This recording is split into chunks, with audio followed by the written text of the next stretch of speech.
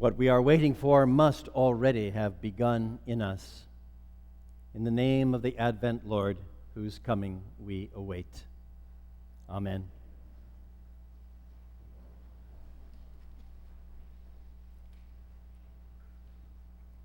People who wait have received a promise that allows them to wait. They have received something that is at work in them, like a seed that has started to grow. We can only really wait if what we are waiting for has already begun in us. So waiting is never a movement from nothing to something. It is always a movement from something to something more. Words of Father Henry Nouwen, written in an article years ago called Advent Waiting. We can only really wait if what we are waiting for has already begun in us. Today we enter once again into the season of Advent, the coming of the Lord, and we wait.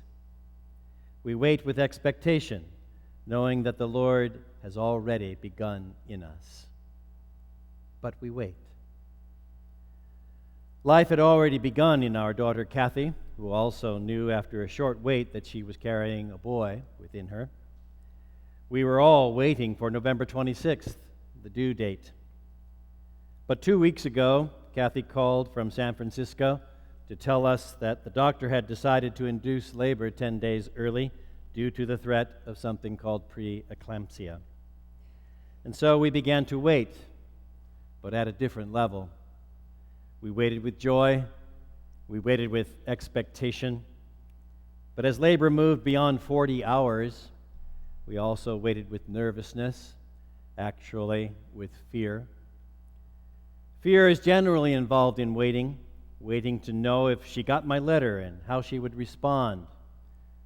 The gospel today addresses the fear of the end times, but fear is allayed also by knowing that what we await has already begun within us. Finally, after 47 hours, we got the call.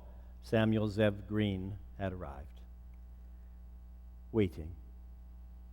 Now we wait for the next trip to San Francisco to see Samuel again. Nouwen says we can only really wait if what we are waiting for has already begun in us. Ricardo Villarreal knows something of the truth of that statement.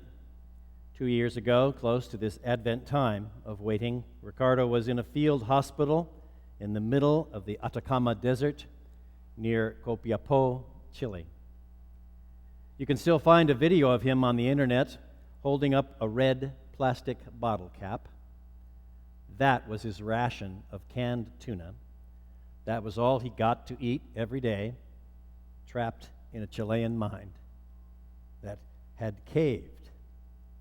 In the dark inferno of Earth's belly, he and 32 other miners waited to die. But they battled for life. They survived with that meager ration of tuna for the first 17 of their 69 days underground, cut off from a world that had given them up for dead a half-mile under the Earth's surface. After 17 days, rescuers were able to dig boreholes that became like umbilical cords to the trapped men. Round the clock, rescuers dropped metal cylinders, dubbed carrier pigeons, down the boreholes, taking food, water, clothes, and letters to the miners.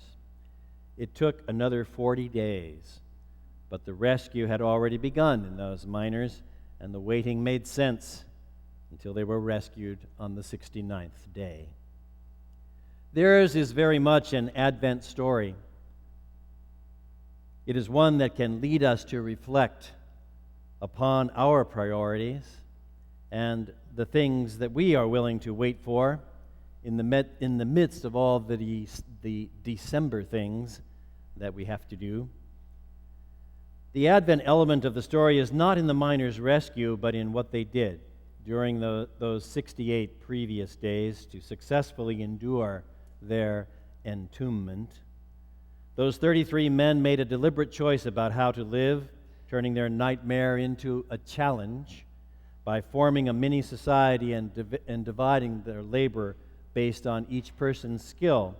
One, for instance, Senor Luis Ursua, was a natural leader with years of experience. Another had some expertise in first aid and hygiene, and so became the nurse. A third was chosen to be their spiritual leader, the chaplain. St. Paul would recognize this as their appreciation of one another's diverse gifts, necessary for the miners to become a functioning body.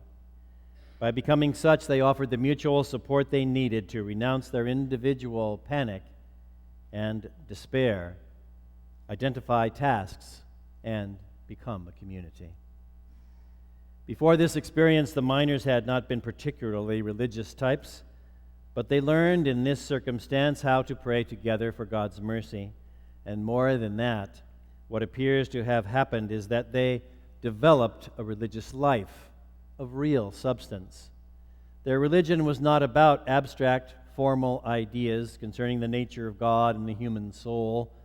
It was about the things each individual had to do again and again for the sake of the others in the group, following a structured daily pattern.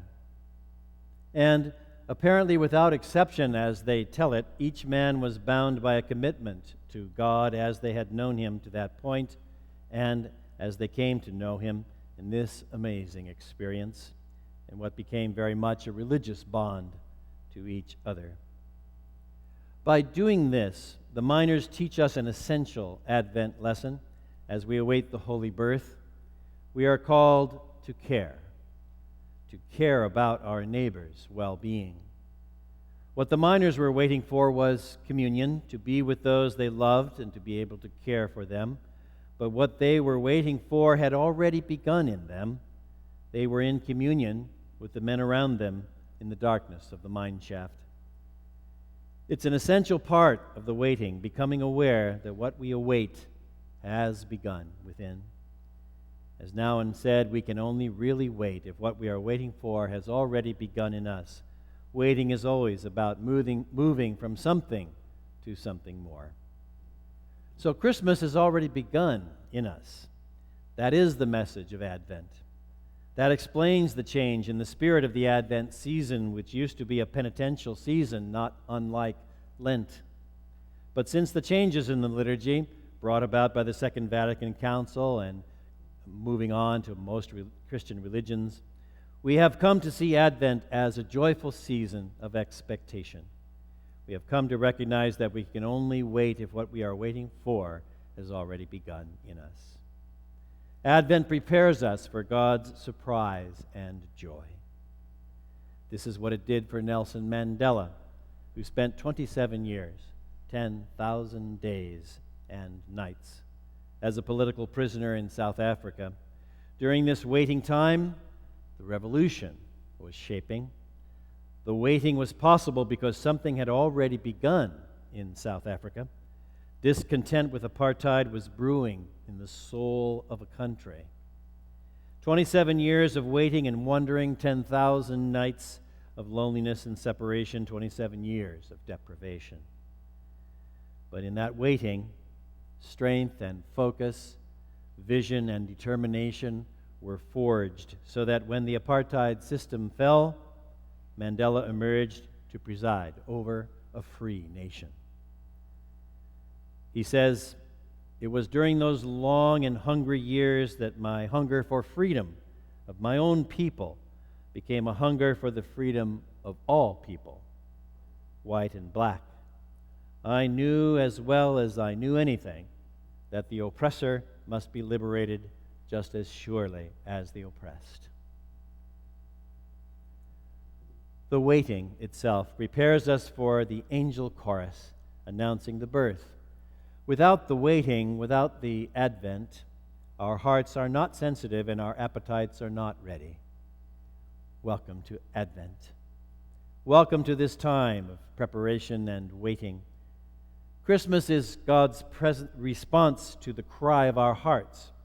It is Jesus Christ, God's future, taking hold of our hearts, hearts that have confessed that they are falling leaves before the winter wind, hearts that are now ready to become molded like clay. This could not have happened without the waiting. without the Advent. The waiting changes our eyes. Before the waiting, Israel saw Babylon as their problem. But during the waiting, they saw that they were the problem and that Babylon was the setting. The waiting changes our hearts and confirms that we can do nothing but get ready, for the initiative is in God's hands. The waiting confirms that someone somewhere loves us enough to make all things new, and this can begin within us. What we wait for determines how we wait, for we can only really wait if what we are waiting for has already begun in us. We need Advent to make ourselves ready for His coming. We need a season of soberness in a world of Christmas parties. We need Advent, the season of waiting, in a world that says, go for it and hurry up. We need the gentle brightness of this first Advent Sunday to counterbalance the frenetic darkness of this past Black Friday. This waiting time called Advent not only prepares us for the birth of God in the flesh, it prepares each of us in our lives to receive Him. For now we know that He has already begun within us. A blessed Advent to you.